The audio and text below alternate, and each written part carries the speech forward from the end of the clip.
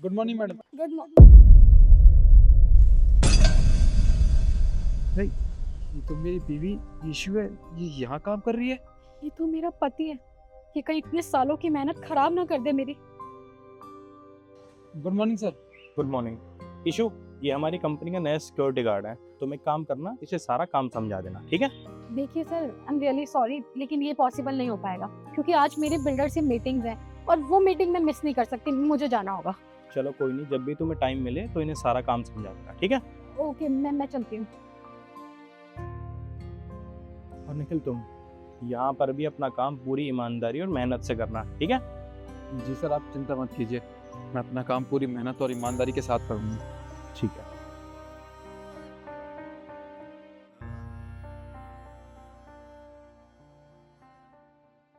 Sir, मैंने clients को हमारी साइट दिखा दी है और उन्हें साइट इतनी पसंद है कि वो इन्वेस्टमेंट के लिए भी रेडी हैं। चलो, ये तो बहुत अच्छी बात है। सर, आपने बुलाया मुझे? हाँ निखिल, मैंने तुम्हें बुलाया। ईशु, सुबह तुम सिक्योरिटी गार्ड को उसका काम समझाना भूल गई थी ना? पहले एक काम करो, सिक्योरिटी गार्ड को उसका काम समझाओ। सर, इसको काम समझाना इतना जरूरी थोड़ी ना है। अभी हमारा बातचीत करना ज्यादा जरूरी है। अभी हमारी डील की बात चल रही है। ईशु, तुम कैसी बात कर रही हो? अरे सिक्योरिटी गार्ड को उसका काम समझाना सबसे ज़रूरी है। जब सिक्योरिटी गार्ड को यही नहीं पता होगा कि उसे करना क्या है, तो वो क्या करेगा? तुम एक काम करो, सबसे पहले इसे इसका काम समझाओ। मैं यहीं पर बैठा हूँ, मैं वेट कर रहा हूँ तुम्हारा। समझाओ। Okay sir. अच्छा हाँ, काम समझाने से पहले मैं तुम्हें एक बात बताना चाहता हूँ। हमारा जो सिक्योरिटी गार्ड है ना, ये बहुत भोला है और भोले लोगों की कोई कदर नहीं होती। कोई भी उन्हें बेवकूफ़ बना देता है। अब तुम इसे ही देख लो, इसकी बीवी ने इसे बेवकूफ़ बनाया है। इसने अपनी बीवी को पढ़ाया लिखाया, इस काबिल बनाया कि आज वो एक अच्छी नौकरी कर रही है, और उसके बाद उसकी बीवी ने क्या किया? इसकी बीवी ने इसे छोड़ दिया। सर, आप ये सब मुझे क्यों बता रहे हैं? अच्छा, ये सब मैं तुम्हें क्यों बता रहा हूँ? तुम्हें नहीं पता कुछ भी? नहीं। चलो कोई बात नहीं, अगर तुम्हें नहीं पता तो मैं बता देता हूँ। इस सिक्योरिटी गार्ड की जो बीवी है वो कोई और नहीं, तुम हो। और निखिल ने ये बात मुझे पहले ही बता दी थी।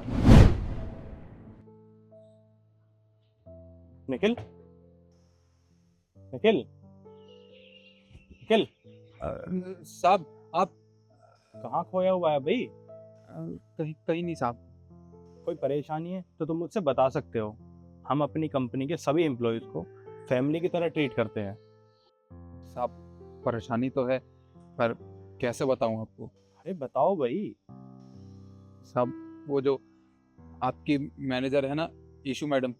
ईशू ने तुमसे कुछ कहा? नहीं साहब, उन्होंने मुझसे कुछ कहा नहीं है, बल्कि वो मेरी बीवी है। बीवी है?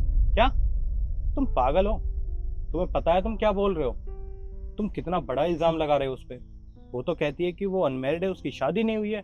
देखो, अगर तुम झूठ बोल रहे हो ना, तो तुम शायद जानते नहीं हो कि इसकी सजा क्या होगी। हो सकता है तुम्हें कंपनी से भी निकाल दिया जाए। साहब, मैं सच बोल रहा हूँ, आप मेरा विश्वास कीजिए। आप चाहें तो मैं आपको हम दोनों की शादी की फोटो भी दिखा सकता हूँ। साहब, जब हमारी शादी हुई थी गांव में आज से 3 साल पहले, तब इसने हमसे कहा था कि इसके घर वालों ने इसे ज़्यादा पढ़ने नहीं दिया और इसका पढ़ाई लिखाई में बहुत मन लगता, बहुत होशियार थी साहब ये। इसने हमसे कहा कि हम शहर जाके पढ़ना लिखना चाहते हैं। तब मैंने कर्जा लेकर के इसको शहर भेजा था। अरे इसके लिए गांव की ज़मीन तक बेच दी हमने ताकि ये पढ़ लिख सके। जब तक शहर में इसकी पढ़ाई चल रही थी तब तक सब ठीक था, ये हमसे रोज़ बात किया करती थी। पर जब इसकी नौकरी लग गई, तो नौकरी लगने के 1-2 महीने बाद इसने हमसे बात करना बंद कर दिया साहब। अब बताइए, इसमें हमारी क्या गलती थी? इसकी वजह से हम कर्जे में आ गए, हमारे पास कुछ भी नहीं बचा। अब इसको ढूंढते हुए यहाँ शहर तक आ गया मैं, पर ये मुझे मिले नहीं साहब। पेट पालने के लिए कुछ तो करना था, तो ये सिक्योरिटी गार्ड की जॉब करने लगा।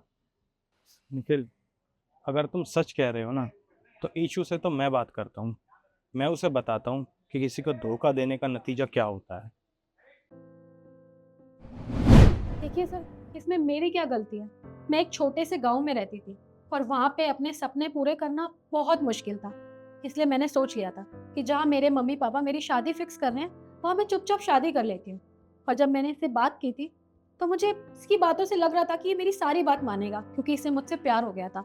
तो मैंने इसे बताया कि मुझे पढ़ाई लिखाई करनी है, तो इसने मुझे पढ़ाया लिखाया, मेरे लिए बहुत मेहनत करता था, दिन रात काम करता था।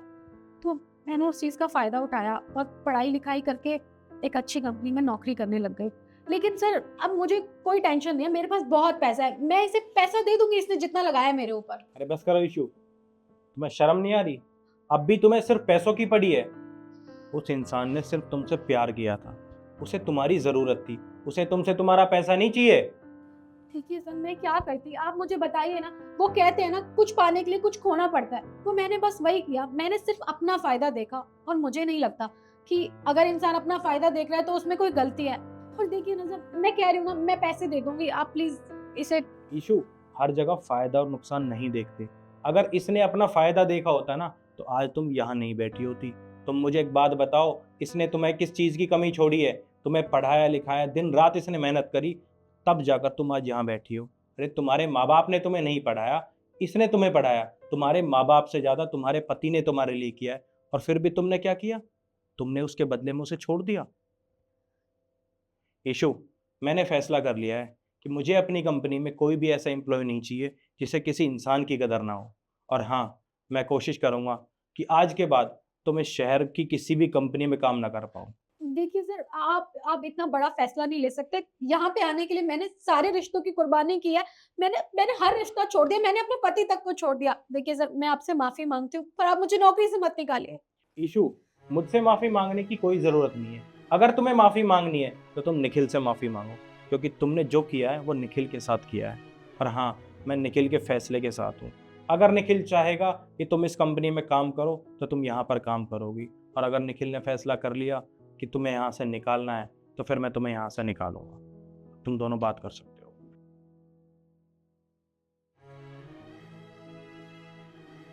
निखिल, देखो मैं तुमसे हाथ जोड़ के माफी मांगती हूँ। मैं जानती हूँ मैंने जो गलती की है ना, उसकी माफी है ही नहीं, क्योंकि मैंने गलती नहीं, मैंने गुनाह किया है। मैंने तुम्हारा भरोसा, तुम्हारा प्यार, तुम्हें सब कुछ तोड़ के रख दिया। तुम मुझ पे दोबारा भरोसा नहीं कर पाओगे, मैं जानती हूँ। पर मैं तुमसे वादा करती हूँ, मैं कभी ऐसा नहीं करूंगी। मैं कभी भी कुछ ऐसा नहीं करूंगी जिससे तुम्हें कोई प्रॉब्लम होगी। प्लीज मुझे माफ कर दो। कैसे माफ कर दूं तुम्हें? जब मुझे तुम्हारी सबसे ज्यादा जरूरत थी तुम मुझे छोड़ के चली गई। अपना खुद का फायदा देखा तुमने, एक बार भी मेरे बारे में नहीं सोचा कि मुझ पे क्या बीतेगी। अरे मेरा फोन उठाना भी बंद कर दिया। बस इशू, तुमने मेरा साथ नहीं दिया तो मैं तुम्हारा साथ कैसे दे सकता हूँ? मुझे तुम्हारी जरूरत नहीं है, समझ गई तुम? अब जिंदगी भर अकेली रहना। निखिल, निखिल मेरी बात सुनो। निखिल प्लीज मेरी बात सुनो, प्लीज मुझे माफ कर।